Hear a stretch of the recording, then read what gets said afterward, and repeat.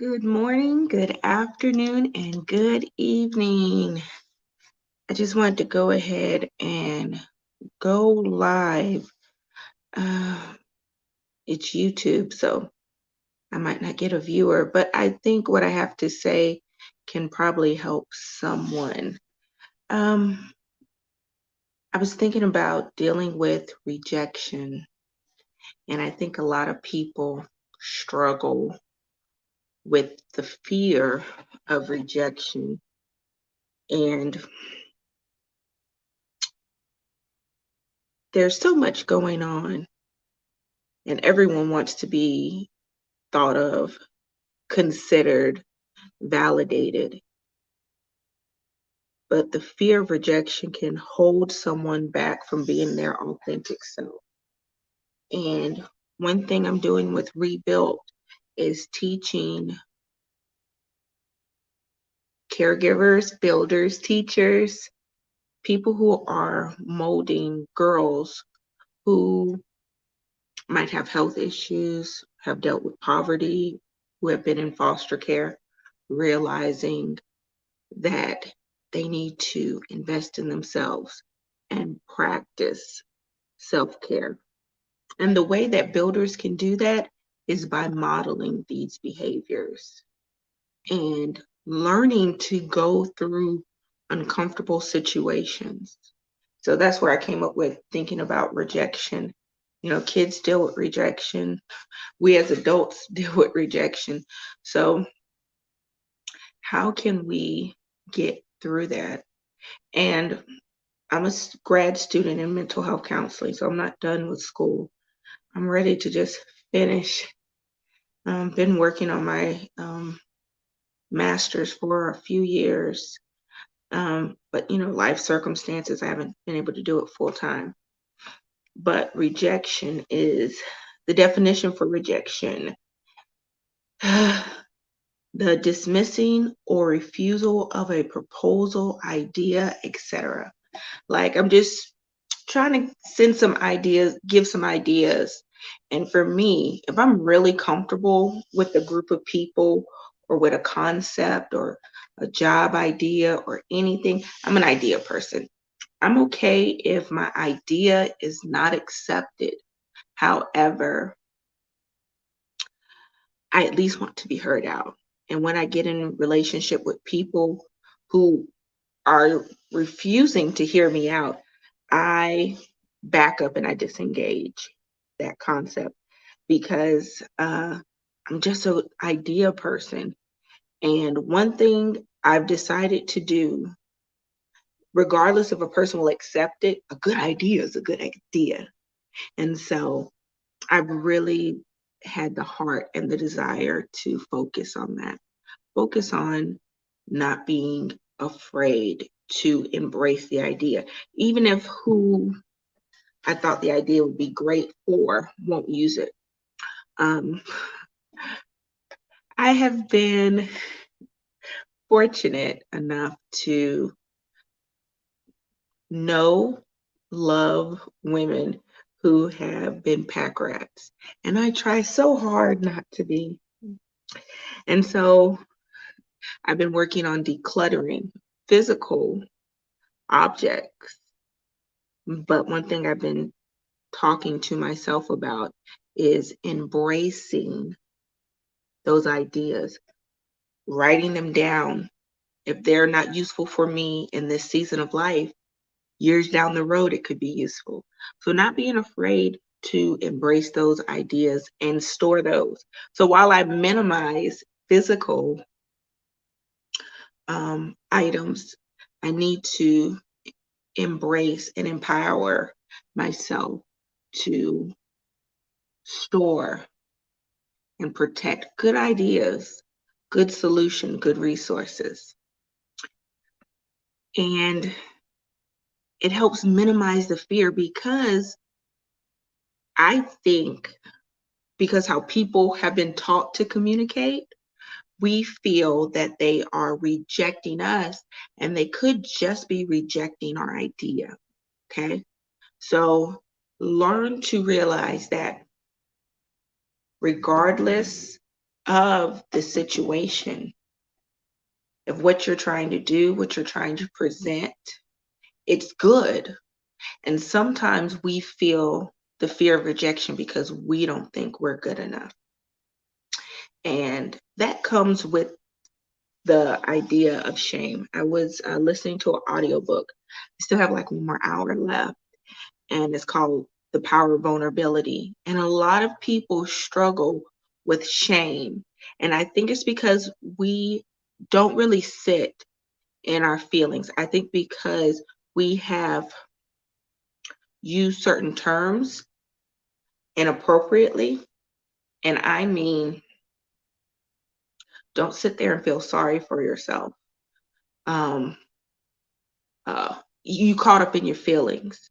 And I think that's a problem because for me, this last year, I have sat with myself and examined how I felt about certain situations and certain scenarios.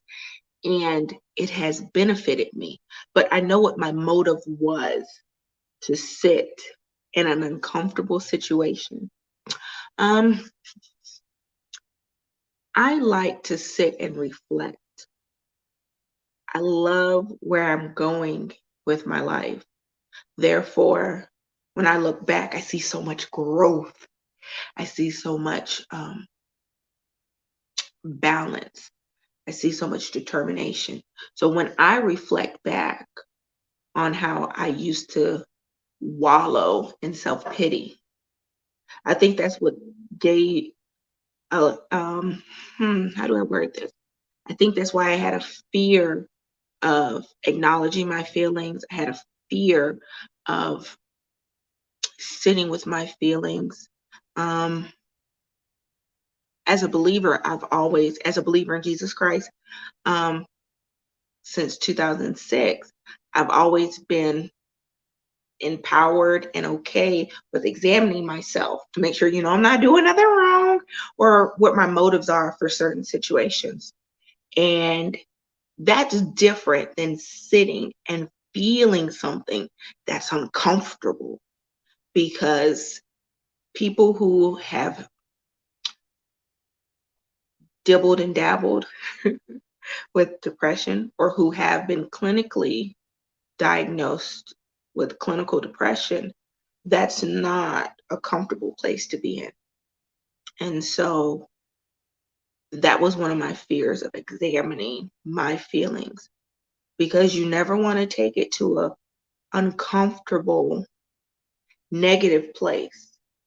Um, so that's why I always recommend therapy for those reasons. Um, because it's a safe space to really examine yourself for a period of time.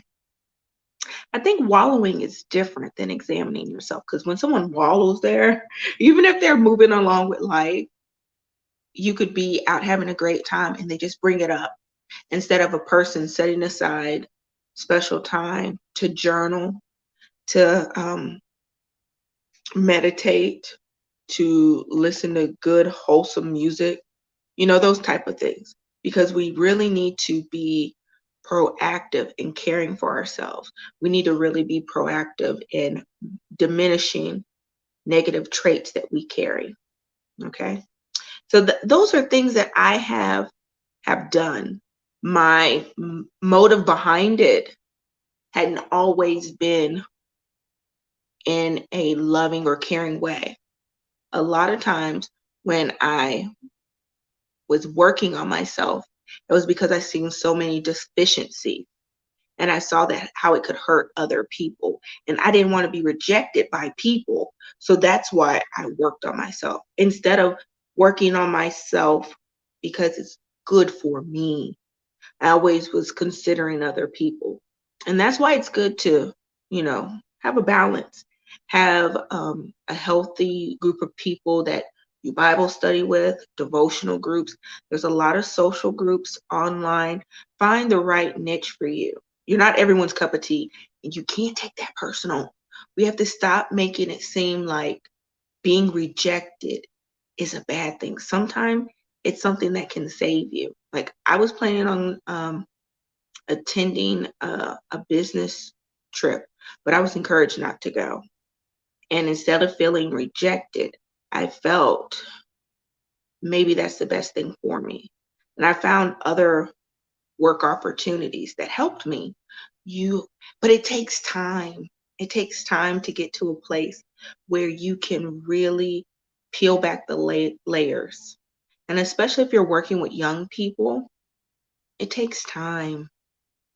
And I think we realize childhood is so short.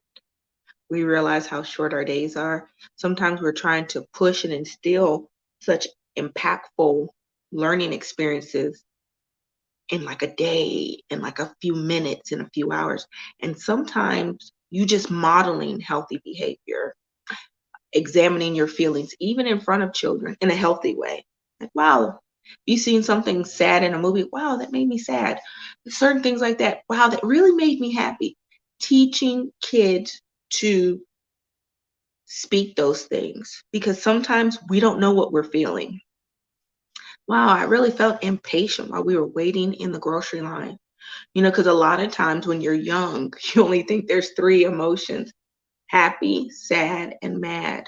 But you can be impatient, you can be grumpy, you can be sleepy.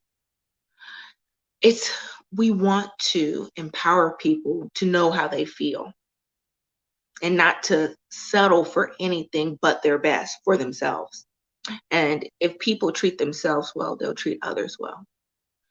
And that's what I was thinking about sharing. I just wanted to pop on and just share some things from my heart.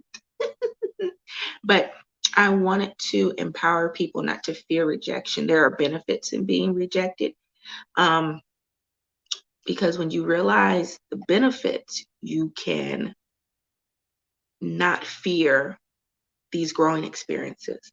When you realize your potential, when you realize the areas for growth, you won't fear so much. So there's benefits. So I will be coming back with um, more for you guys soon.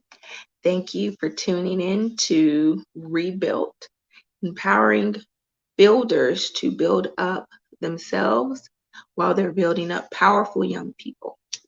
Till next time, I'm Adrienne, and listen to the next one. Bye, guys.